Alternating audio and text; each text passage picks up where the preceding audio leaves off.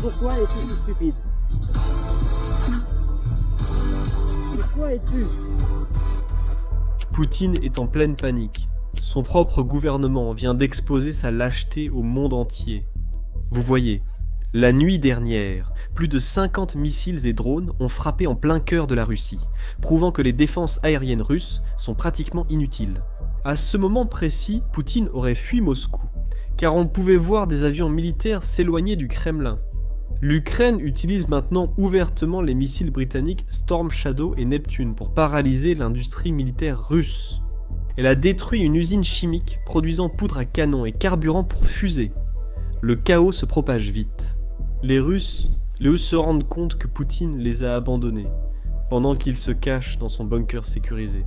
Certains Russes vont même jusqu'à demander à l'Ukraine de viser sa prochaine attaque directement sur le Kremlin. Regardez ça.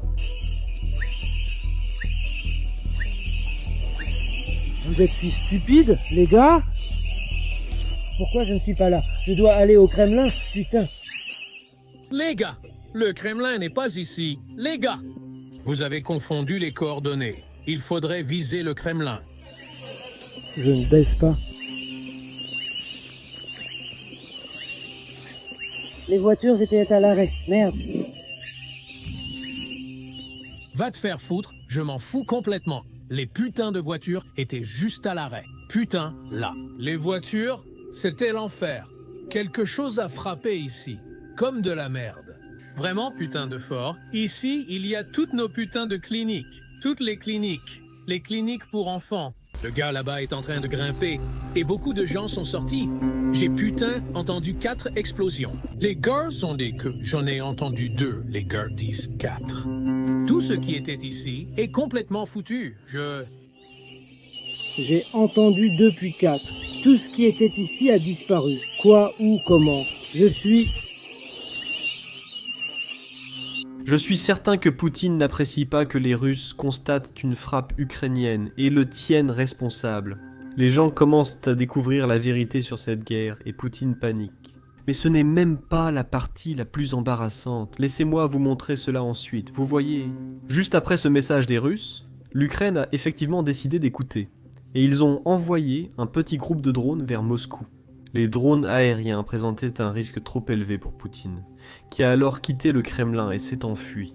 Maintenant, ce rapport vient d'un correspondant de guerre russe, et selon lui, plusieurs avions militaires de défense russes ont fui Moscou vers les montagnes de l'Oural, quelques heures seulement après que l'Ukraine a lancé les drones. C'était inhabituel, même selon les Russes. Maintenant, je veux que vous fassiez attention à la façon dont Poutine réagit face à une poignée de drones, par rapport à la façon dont Zelensky a réagi en février 2022, alors que l'armée de Poutine était juste aux portes de Kiev.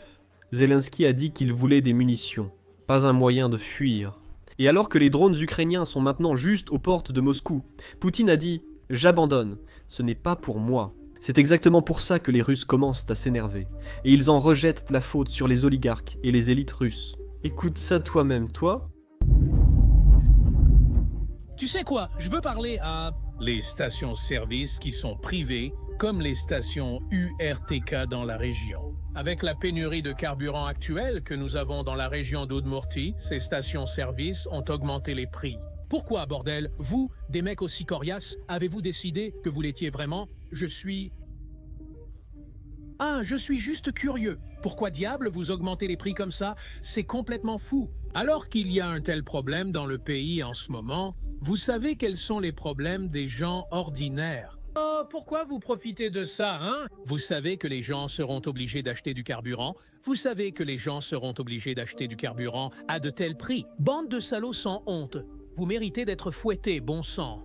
On devrait vous aligner devant vos stations-service. Ouais, vous devriez y être penché, qu'on vous enlève votre pantalon et qu'on vous fouette devant des gens honnêtes. Message.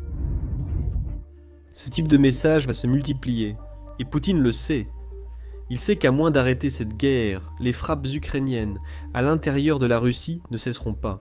Bientôt, la Russie n'aura plus de raffinerie pour raffiner ce pétrole que Poutine aime tant. En fait, juste la nuit dernière, l'Ukraine a mené l'une des plus grandes frappes contre l'infrastructure militaire russe. Plus de 50 missiles et drones, y compris des Storm Shadows, des Neptune, des Flamingo et des High Mobility Artillery Rocket System, ont frappé partout en Russie, de la Crimée à Moscou. Ici, vous pouvez voir à l'écran une sous-station électrique à Brzeziank en train de brûler, laissant 130 000 Russes sans électricité, sans eau, alors que l'hiver s'installe. Mais je suis sûr que nous savons tous cela. Poutine ne se soucie pas des Russes. Les paysans russes ne comptent pas pour lui. Ce qui l'intéresse, c'est l'armée russe. Notamment les soldats en première ligne tentant de prendre le contrôle de l'Ukraine. Eh bien, l'Ukraine vient aussi de les frapper, mais de façon indirecte. Regardez ceci. L'état-major général de l'Ukraine a confirmé que les forces de défense ont frappé l'usine chimique de Bryansk, notamment avec des missiles Storm Shadow. Cette usine chimique est une partie importante du complexe militaro-industriel russe. L'installation fabrique des composants d'explosifs pour la poudre à canon utilisée dans le carburant de fusées, notamment pour les missiles et munitions employés par l'ennemi contre l'Ukraine. Cette usine ne sera pas utilisée de sitôt. C'est parce qu'il ne s'agissait pas d'une simple attaque de drones ordinaire. L'Ukraine a utilisé des missiles Storm Shadow. Pas un seul, mais plusieurs. Regardez les conséquences. Missiles.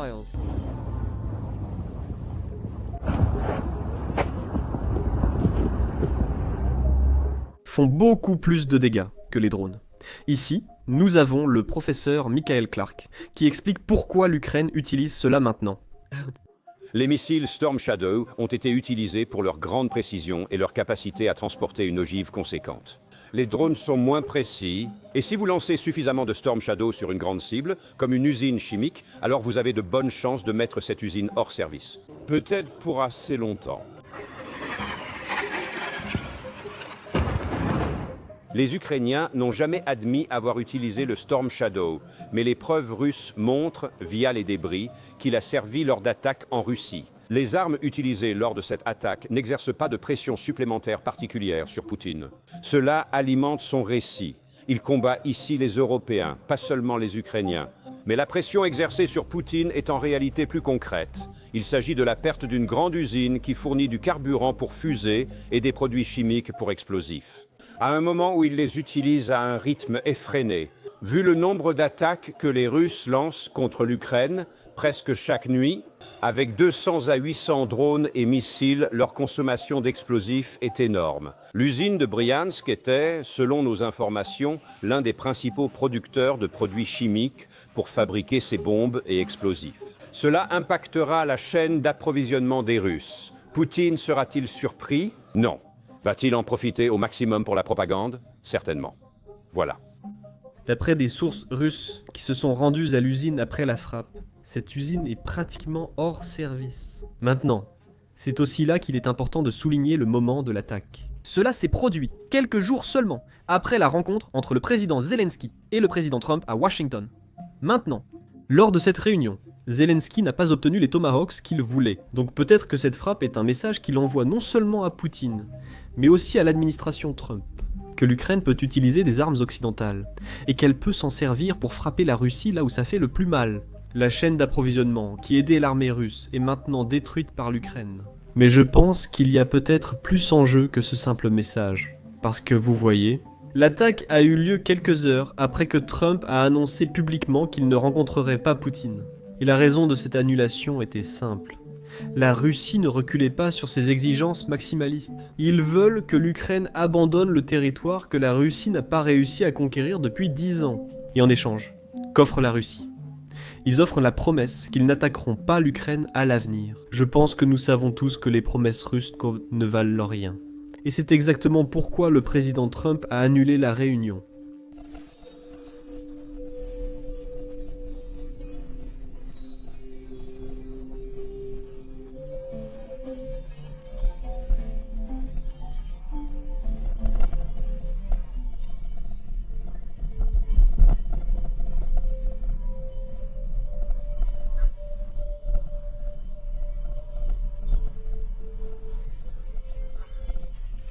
Cela ne serait jamais arrivé, même pas en 1 million d'années. Et Poutine sait que cela ne serait jamais arrivé. Mais c'est arrivé, et je suis arrivé, et je dois voir si je peux régler la situation.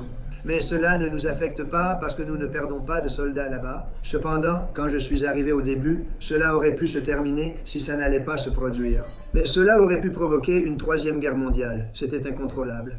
Donc maintenant, il tue des gens. Je pense que Poutine et Zelensky veulent que cela se termine. Et je crois que ce sera le cas. Maintenant... Voyons l'autre côté. Pourquoi Poutine refuse-t-il d'arrêter la guerre alors que ses raffineries sont détruites et son économie proche de l'effondrement?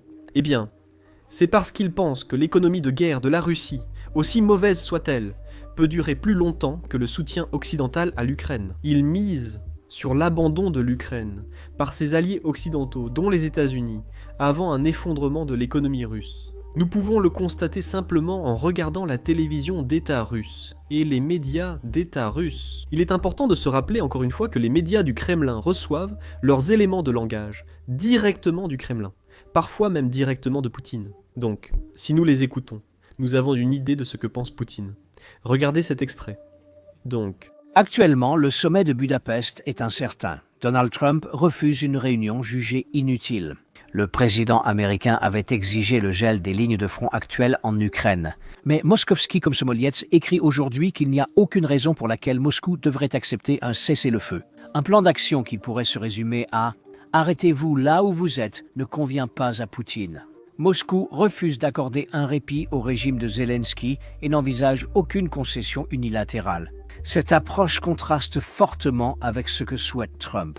L'auteur accuse Donald Trump de paresse intellectuelle et d'un manque de volonté de s'impliquer dans des questions trop complexes et compliquées. C'est en partie parce qu'il ne veut pas rompre trop radicalement avec le groupe de soutien de Zelensky au sein de l'élite politique américaine et en Europe. C'est là que prennent racine les nouvelles tentatives de séduction politique de Donald Trump envers l'idée d'un cessez-le-feu immédiat en Ukraine. Le président américain attend toujours une solution simple et il est très mécontent que tous ceux qui l'entourent refusent de satisfaire un souhait aussi élémentaire de sa part. Soudainement, l'Amérique n'est plus à la mode.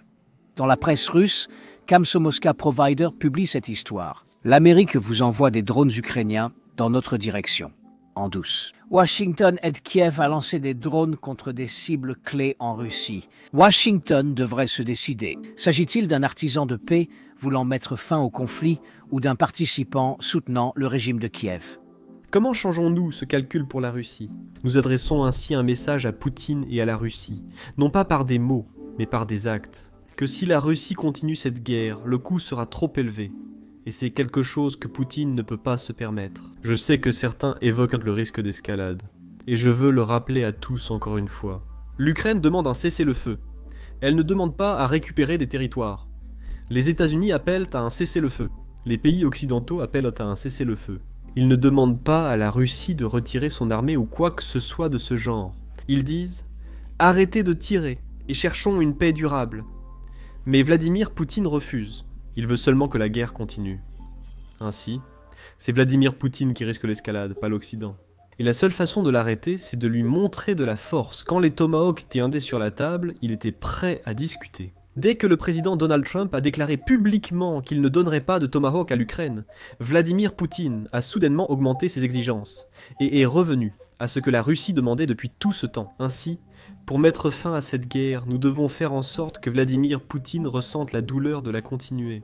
C'est exactement le message que l'ancien secrétaire de l'OTAN explique ici. Écoutez bien. Et...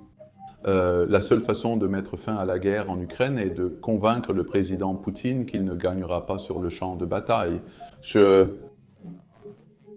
doute que nous puissions faire changer d'avis Poutine, dont le but est de contrôler l'Ukraine. Mais je pense que nous pouvons changer le calcul de Poutine, qu'il se rendra compte que le prix qu'il doit payer pour contrôler l'Ukraine est trop élevé. La seule façon d'y parvenir est de soutenir militairement l'Ukraine. Ce qui se passe autour de la table des négociations est étroitement lié à la situation sur le champ de bataille. Journée mouvementée. Actuellement, le secrétaire général de l'OTAN est à Washington pour voir le président Trump. Je vous tiendrai au courant de la façon dont cette réunion se déroule. Alors n'oubliez pas d'appuyer sur les boutons j'aime et s'abonner ci-dessous. Et je vous retrouve la prochaine fois. La prochaine fois.